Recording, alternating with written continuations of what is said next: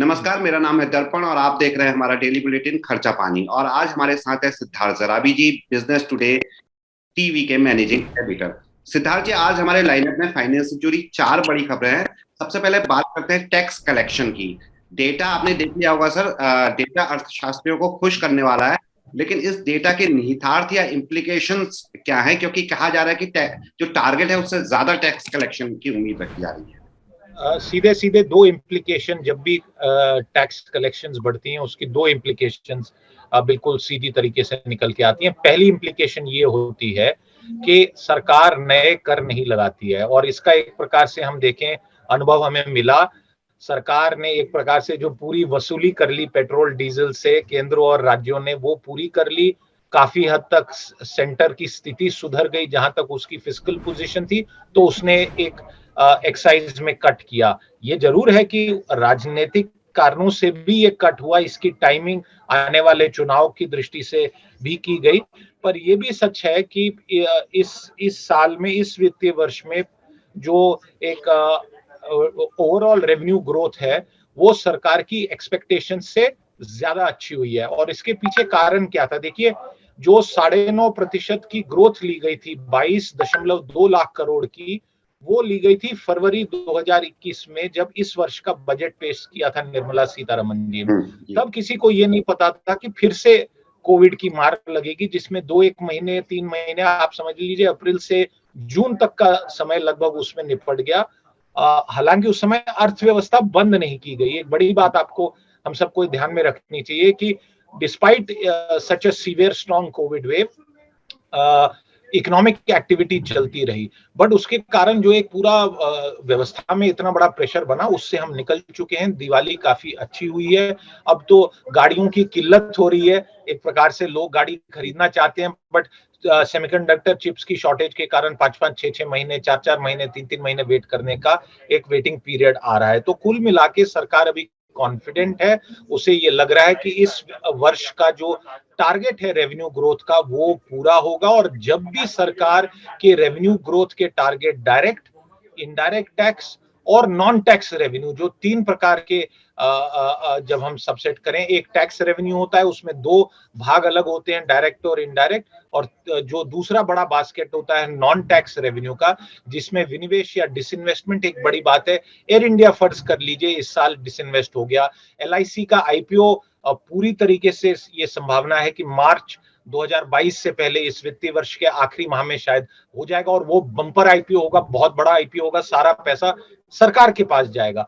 तो इस साल कुल मिला के भारत सरकार की वित्तीय स्थिति, उसकी आमदनी अच्छी रहेगी और उसके चलते खर्चे पूरे होंगे, फिस्कल डेफिसिट कम होगा, और संभवतः आने वाले बजट में कर बढ़ाने का जो सोच है वो इस बारी शायद उतनी नहीं हो पाएगी। सिद्धार्थ जी, शायद आपने मेरे मन की बात पढ़ ली, क्योंकि मैं सवाल पूछने वाला था, क्या टैक्स कलेक्शन के खुशनुमा फिगर्स एक बैंडविड्थ या संभावना बना रहे हैं कि पेट्रोल डीजल के दाम और कम हो सकते हैं? क्या कुछ और चीजें भी सस्ती की जा सकती है? क्योंकि चुनाव, कई राज्यों के चुनाव भी होने हैं, तो आपने वो उत्तर दे ही दिया। मैं थोड़ा सा फिगर्स, क्योंकि हमने फटाफट बोला था, थोड़ा फिगर्स बता देता हूँ, फिर उसके बाद हम लोग दूसरे सवाल में चलते हैं।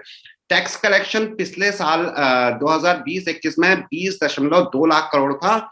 उसी टैक्स कलेक्शन को बेंचमार्क मारकर अब की बार सरकार ने 9.5% की बढ़त की थी, और उसमें और टारगेट रखा था 22.2 लाख करोड़। लेकिन ये हम लोग एक्सीड करने वाले हैं। लगभग 19.8 लाख करोड़ तो हम केवल जीएसटी कलेक्शन और इनडायरेक्ट टैक्स है, जीएसटी कलेक्शन और डायरेक्ट टैक्स से अक्टूबर 6 तक ही हम कमा चुके हैं।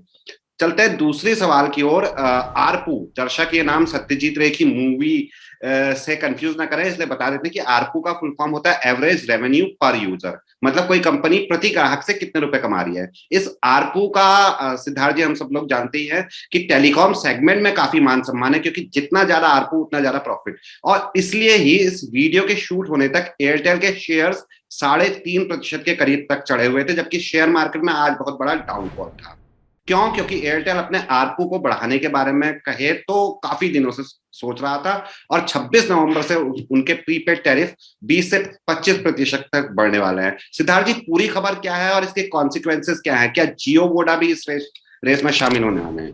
देखिए, एयरटेल ने जो 25% की टैरिफ हाइक की है, ये काफी समय बाद हुई है और ये शायद एक संकेत है कि अब रेट्स और बढ़ सकती हैं। जो आपने प्रश्न पूछा, बाकी दो कंपनीज क्या ऐसा कर सकती हैं, अभी तक उनकी तरफ से कोई बयान नहीं आए हैं, पर एक प्रकार से स्थिति बनती है क्योंकि एक होड़ रहती है। अगर एक ऑपरेटर अपने दाम कम रखेगा, दूसरा बढ़ाता है, तो ये डर रहता है कि उसके सब्सक्राइबर कम हो जाए। जहां तक ओवरऑल टैरिफ्स की डायरेक्शन का जो सवाल आपने पूछा, देखिए हमारे देश में अभी सबसे सस्ती रेट्स हैं।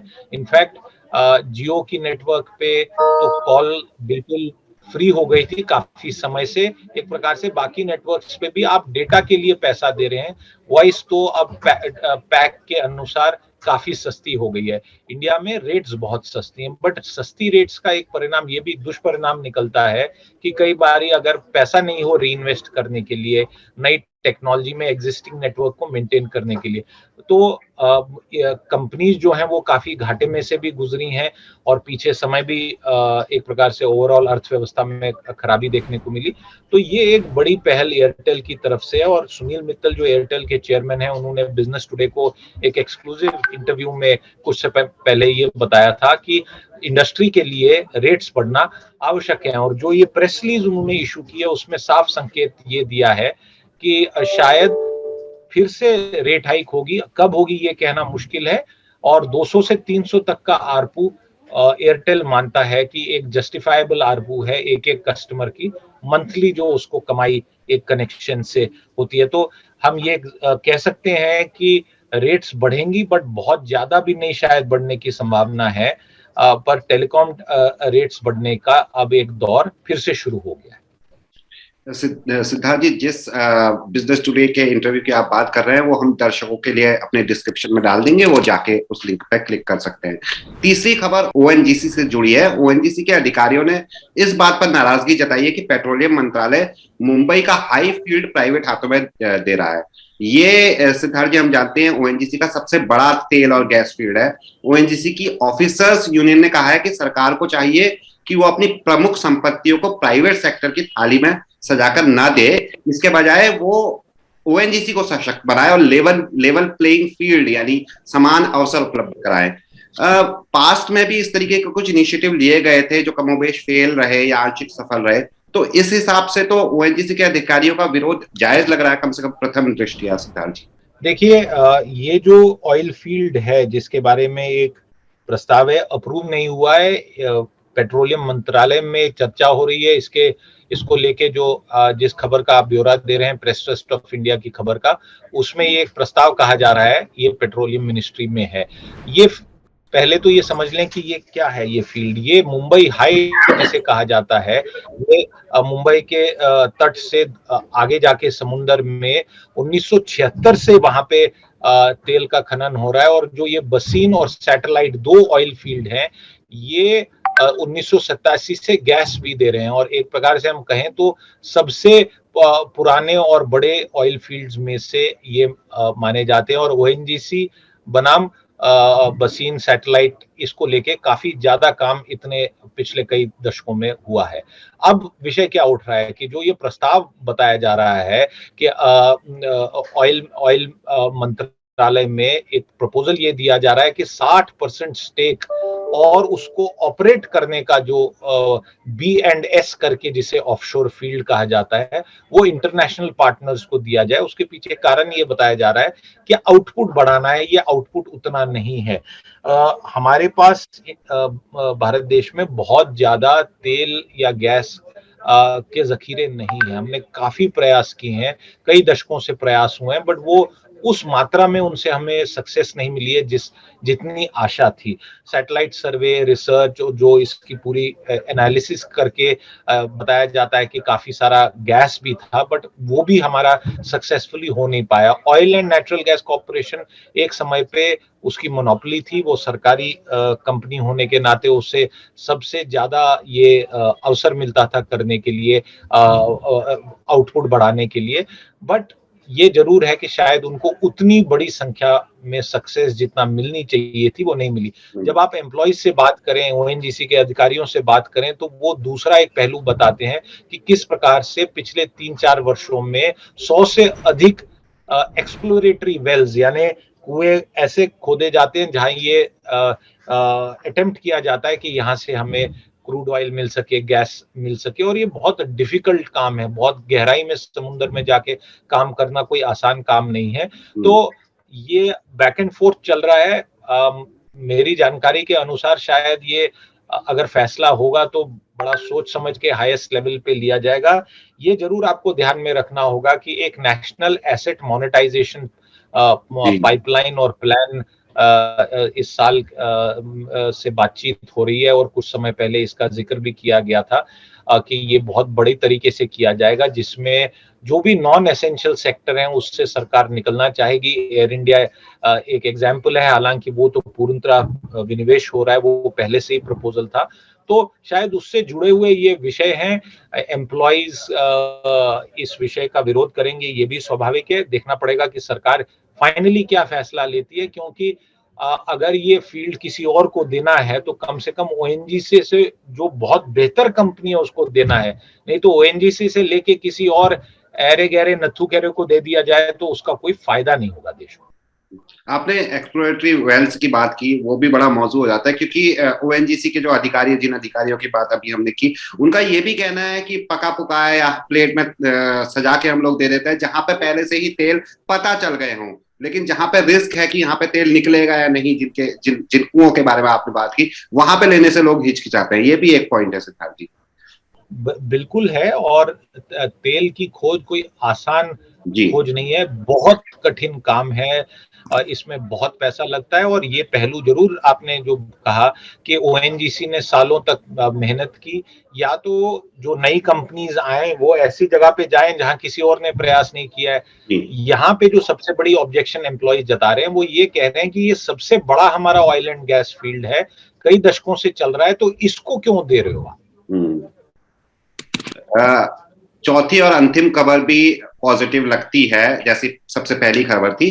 लेकिन जैसा कि फाइनेंस में कहा जाता है कि कोई भी खबर अच्छी या बुरी नहीं होती, वो सिर्फ डेटा होता है। इसलिए सिद्धार्थ जी, आपसे जानते हैं कि क्या ईपीएफओ के सितंबर माह में 15.41 लाख सब्सक्राइबर बढ़ना इस लिहाज से एक अच्छी खबर मानी जा सकती है कि ये डेटा एक तरह से संगठित क्षेत्र में सृजित नौकरियां भी दिखाता है। तो प्रोस्पेक्टिव में रखें तो इसके पिछले महीने यानी अगस्त में 13.60 लाख सब्सक्राइबर जुड़े थे, यानी सितंबर में 13% से ज्यादा की बढ़ा।